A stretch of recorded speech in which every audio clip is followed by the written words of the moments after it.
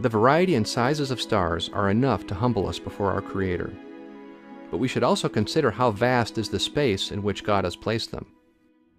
Let's take an imaginary tour of the cosmos, starting at our Sun. Let's say you started at midnight on January 1st.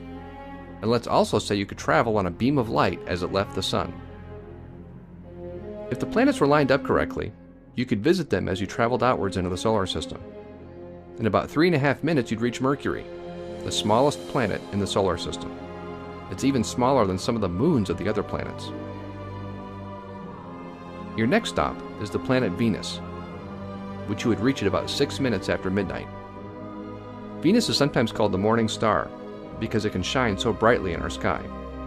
It's also called Earth's sister planet because some of its characteristics are similar to Earth's. You wouldn't reach the Earth itself until more than 8 minutes after you left the Sun. Even though you're traveling at a blistering speed, 186,000 miles per second, you're starting to see how vast the solar system is. You'd pass Mars at about 12 minutes after midnight, maybe seeing both of its moons as you went by. By now, you're starting to notice that the planets get farther and farther apart as you continue deeper into the solar system. Your next stop is the planet Jupiter, the majestic king of our solar system, so much larger than the Earth. You wouldn't reach it until more than 41 minutes past midnight. As you go by, you reflect on the fact that the secular model says that Jupiter shouldn't exist. At about 1:15 in the morning, you'd pass Saturn and admire its glorious rings. The secular model says Saturn shouldn't exist either, but of course it does. At about 2:30, you'd reach Uranus, the mysterious planet that rolls along on its side as it orbits the Sun, instead of spinning like a top, which is what the secular model predicts. As with Jupiter and Saturn, the secular model says Uranus shouldn't be there either. The last planet you'll visit before you leave the solar system is Neptune. You wouldn't reach it until 4 a.m. Again, you see a planet which the secular model says shouldn't exist, but it does. By this point, you'd have traveled about 2.8 billion miles, an incomprehensible distance. At this vast distance, the Sun appears to be just another star among many. The Earth itself has shrunk to a mere dot, as you see in this famous photograph taken from the Voyager 1 spacecraft as it left the solar system. That tiny point you see suspended in a sunbeam is our home. As you leave the solar system, heading for the nearest star, hours pass, and then days, then weeks, then months, then years. Even the closest stars are still so distant that it's difficult to perceive your motion, even though you're traveling at the speed of light.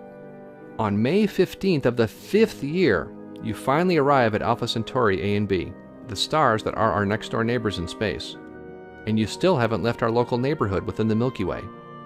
If you were to travel across the entire Milky Way galaxy, even traveling through space at the speed of light, you would need 100,000 years just to get across.